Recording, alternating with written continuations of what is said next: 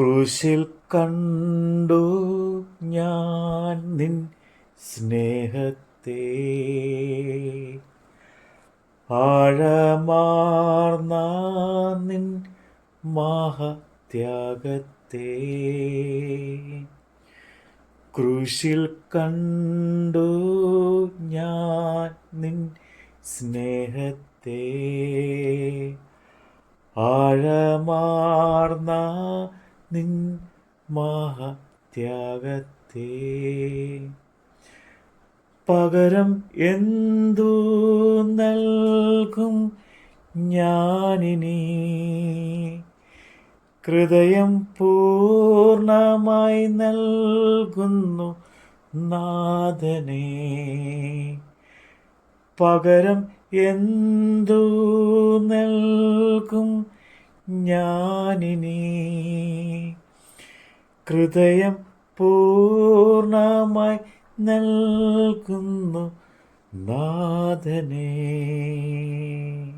യോഹന്നാന്റെ സുവിശേഷം 20-ാം അധ്യായം. ആഴ്ചവട്ടത്തിൽ 1-ാം നാൾ മഗ്ദലക്കാരത്തി മറിയ രാവിലെ ഇരുട്ടുള്ളപ്പോൾ തന്നെ കല്ലറയ്ക്കൽ ചെന്നു. കല്ലറവാതിക്കൽ കല്ല് നീങ്ങിയിരിക്കുന്നത് കണ്ടു. അവൾ ഓടി ശീമോൻ പത്രോസിൻ്റെയും യേശുവിന് പ്രിയനായ മറ്റേ ശിഷ്യൻ്റെയും അടുക്കൽ ചെന്ന്, കർത്താവിനെ കല്ലറയിൽ നിന്ന് എടുത്തു കൊണ്ടുപോയി, അവനെ എവിടെ വെച്ച് എന്ന് ഞങ്ങൾ അറിയുന്നില്ല എന്ന് അവരോട് പറഞ്ഞു.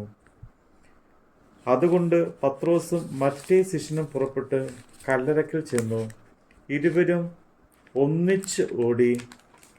മറ്റേ ശിഷ്യൻ പത്രോസിനേക്കാൾ വേഗത്തിൽ ഓടി ആദ്യം കല്ലറയ്ക്കൽ എത്തി. കുനിഞ്ഞു നോക്കി ശീലകൾ കിടക്കുന്നത് കണ്ടു. അകത്ത് കടന്നില്ല താനും. അവൻ്റെ പിന്നാലെ ശീമോൻ പത്രോസ് വന്നു കല്ലറയ്ക്കൽ കടന്നു. ശീലകൾ കിടക്കുന്നതും അവൻ്റെ തലയിൽ ചുറ്റിയിരുന്ന റൂമാൽ ശീലകളോട് കൂടെ കിടക്കാതെ വേറിട്ട് ഒരിടത്ത് ചുരുട്ടി വെച്ചിരിക്കുന്നതും കണ്ടു. ആദ്യം കല്ലറയ്ക്കൽ എത്തിയ മറ്റേ ശിഷ്യനും അപ്പോൾ അകത്ത് ചെന്ന് കണ്ട് വിശ്വസിച്ചു. അവൻ മരിച്ചവരിൽ നിന്ന് ഉയർത്തെഴുന്നേറ്റിരിക്കേണ്ടതാകുന്നു എന്നുള്ള തിരുവെഴുത്ത് അവർ അതുവരെ അറിഞ്ഞില്ല. അങ്ങനെ ശിഷ്യന്മാർ വീട്ടിലേക്ക് മടങ്ങിപ്പോയി. എന്നാൽ മറിയ കല്ലറയ്ക്കൽ പുറത്ത് കരഞ്ഞുകൊണ്ട് നിന്നു. കരയുന്നതിനിടയിൽ അവൻ കല്ലറയിൽ കുനിഞ്ഞു നോക്കി.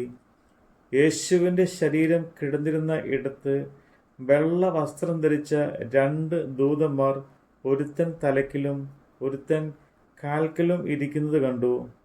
അവർ അവളോട്, സ്ത്രീയെ, നീ കരയുന്നത് എന്ത് എന്ന് ചോദിച്ചു. എൻ്റെ കർത്താവിനെ എടുത്തു കൊണ്ടുപോയി അവനെ എവിടെ വെച്ചു എന്ന് ഞാൻ അറിയുന്നില്ല എന്ന് അവൾ അവരോട് പറഞ്ഞു. ഇത് പറഞ്ഞിട്ട് അവൾ പിന്നോക്കം തിരിഞ്ഞ് യേശു നിൽക്കുന്നത് കണ്ടു. യേശു എന്ന് അറിഞ്ഞില്ല താനും. യേശു അവളോട്, സ്ത്രീയെ, നീ കരയുന്നത് എന്ത്? ആരെ തിരിയുന്നു എന്ന് ചോദിച്ചു. അവൻ തോട്ടക്കാരൻ എന്ന് നിരൂപിച്ചിട്ട് അവൾ, യജമാനെ, നീ അവനെ എടുത്തു കൊണ്ടുപോയി എങ്കിൽ അവനെ എവിടെ വെച്ച് എന്ന് പറഞ്ഞു തരിക, ഞാൻ അവനെ എടുത്തു കൊണ്ട് പോയിക്കൊള്ളാം എന്ന് അവനോട് പറഞ്ഞു. യേശു അവളോട്, മറിയേ എന്ന് പറഞ്ഞു. അവൾ തിരിഞ്ഞ് എബ്രായ ഭാഷയിൽ റബൂനി എന്ന് പറഞ്ഞു. അതിന് ഗുരു എന്നർത്ഥം. യേശു അവളോട്, എന്നെ തൊടരുത്, ഞാൻ ഇതുവരെ പിതാവിൻ്റെ അടുക്കൽ കയറിപ്പോയില്ല. എങ്കിലും നീ എൻ്റെ സഹോദരന്മാരുടെ അടുക്കൽ ചെന്ന്, എൻ്റെ പിതാവും നിങ്ങളുടെ പിതാവും എൻ്റെ ദൈവവും നിങ്ങളുടെ ദൈവവുമായവൻ്റെ അടുക്കൽ ഞാൻ കയറിപ്പോകുന്നു എന്ന് അവരോട് പറക എന്ന് പറഞ്ഞു.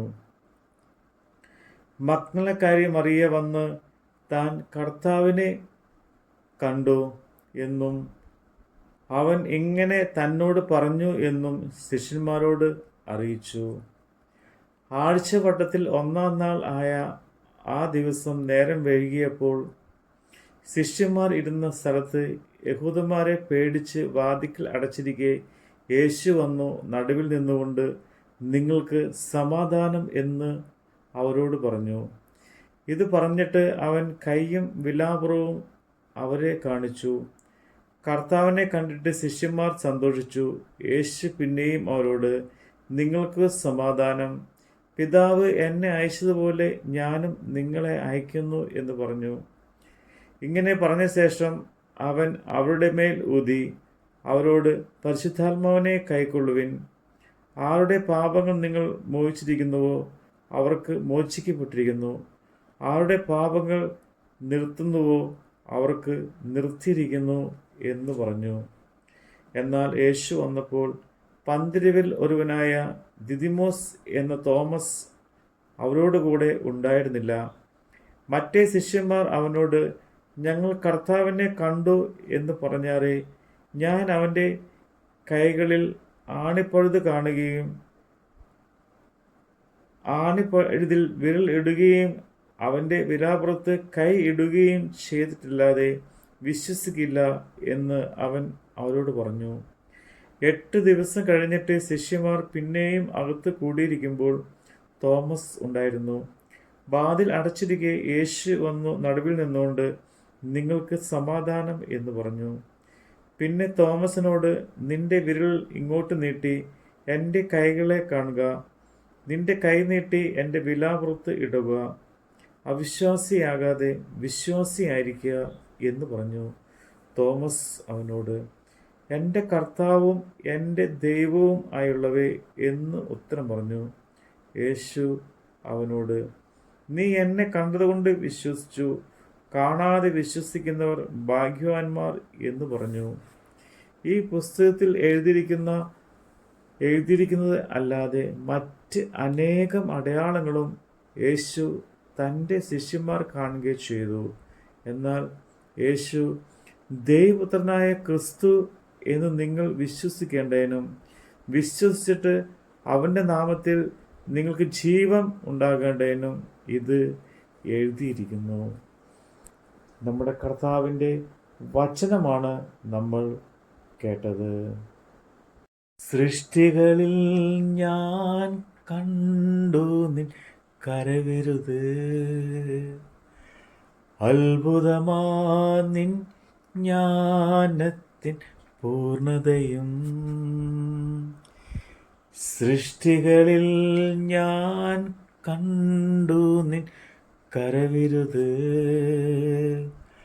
അത്ഭുതമാ നിൻ ജ്ഞാനത്തിൻ പൂർണ്ണതയും. പകരം എന്തു നൽകും ഞാനിനി, നന്ദിയാലെന്നും വാഴ്ത്തിടും സൃഷ്ടാവേ. ക്രൂശിൽ കണ്ടു ഞാൻ നിൻ സ്നേഹത്തെ, ആഴമാർന്ന നിൻ മഹത്യാഗത്തെ, ആഴമാർന്ന നിൻ മഹത്യാഗത്തെ.